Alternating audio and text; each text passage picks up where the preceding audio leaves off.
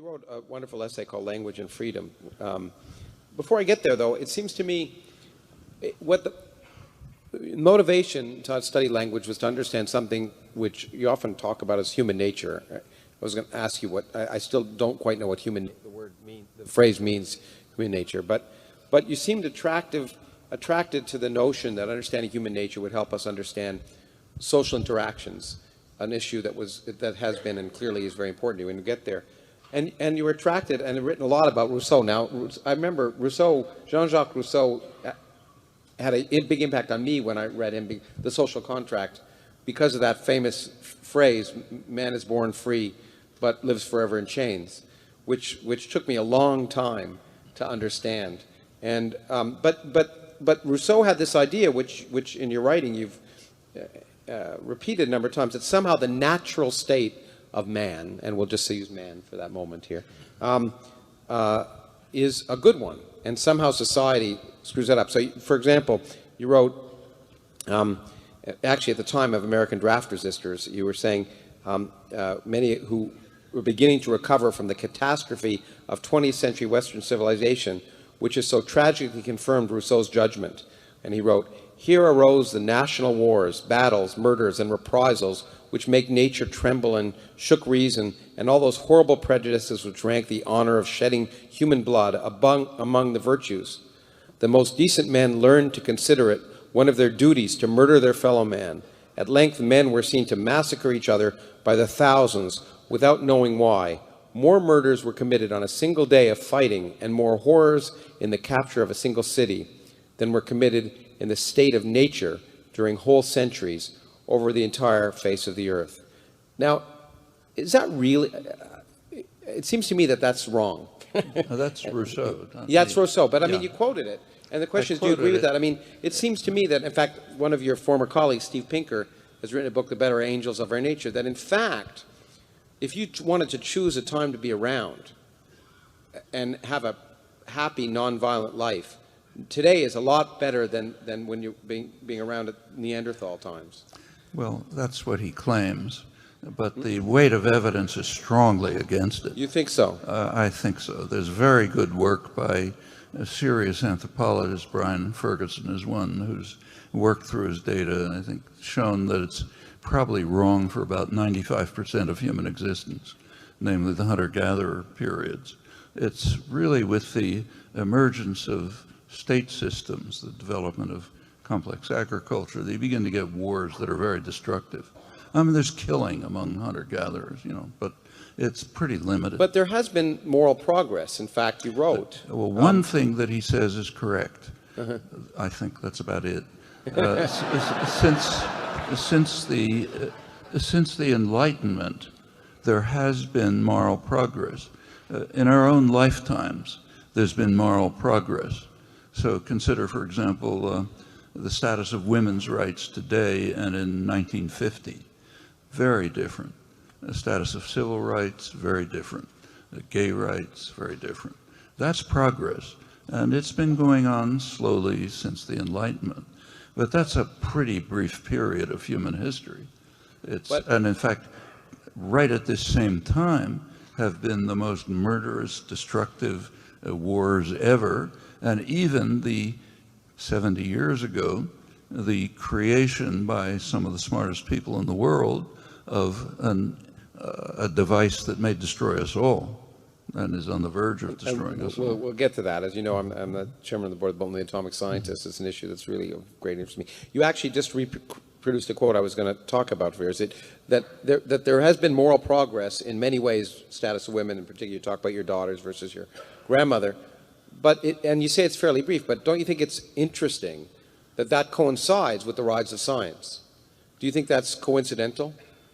No, it's not coincidental. Part of the contribution of the Enlightenment was to free inquiry from constraints, which led to the rise of science.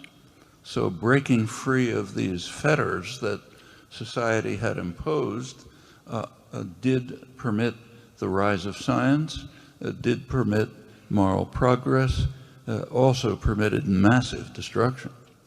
Well, now we're going to get to the massive destruction, and you're interested in that. You wrote at one point, and the transition in this language and freedom, which is really trying to understand whether your scientific and intellectual background somehow motivated, in some sense, your social activism. Could I make? You can say whatever you want. Take a look at the first sentence.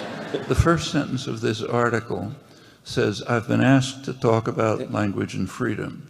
There's a lot to say about language. There's a lot to say about freedom, but I have almost nothing to say about "and."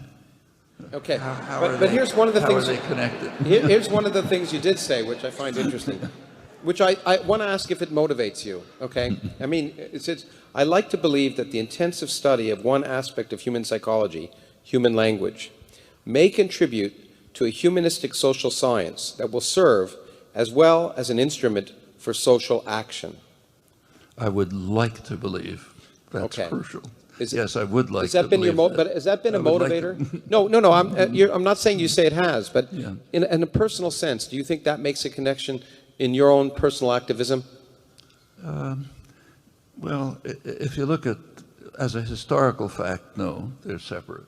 But there is a kind of a connection, not a logical connection, nothing you can prove, just a suggestive relation. And it shows up in Rousseau. So if you take a look at, say, the work of Rousseau that I quoted, which is the Second Discourse on Equality, that's his most libertarian writing. Yeah. He begins with a pretty strictly Cartesian view of animals as being machines, just reflexive machines compelled to do what they do by internal and external circumstances, without the creative character of human thought and behavior. And he then says, again in roughly Cartesian terms, that what is unique and distinctive about humans is this internal creative capacity. That's what makes humans different from the rest of the natural world.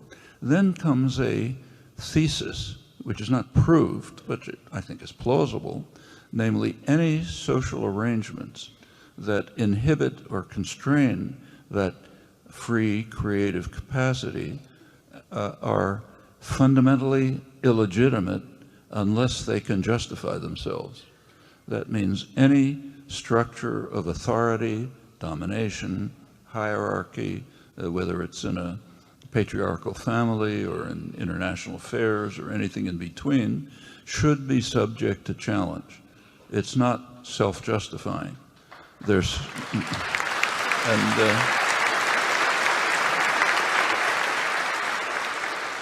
I mean, you can see the chain of thinking. Notice it's not a proof, but beginning with the observation that specific to human nature, a term which I don't object to, we maybe could talk about that. Yeah. Inherent to human nature, what's special about us is this creative character, the need to inquire, to create, to act, to choose what you do, how you speak, how you interact, and so on. There's kind of a chain of thinking from that to the conclusion that which is in Rousseau, in fact, that social structures which inhibit that are illegitimate unless proved otherwise. Like sometimes you can give an argument in favor of authority. So if I'm walking down the street with, say, my 3-year-old granddaughter, and she runs into the street and I grab her arm and pull her back, I think I can give a justification for that.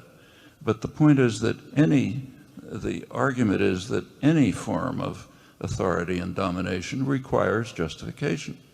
And usually you can't justify it, in which case you have to dismantle it and replace it by something more free and just.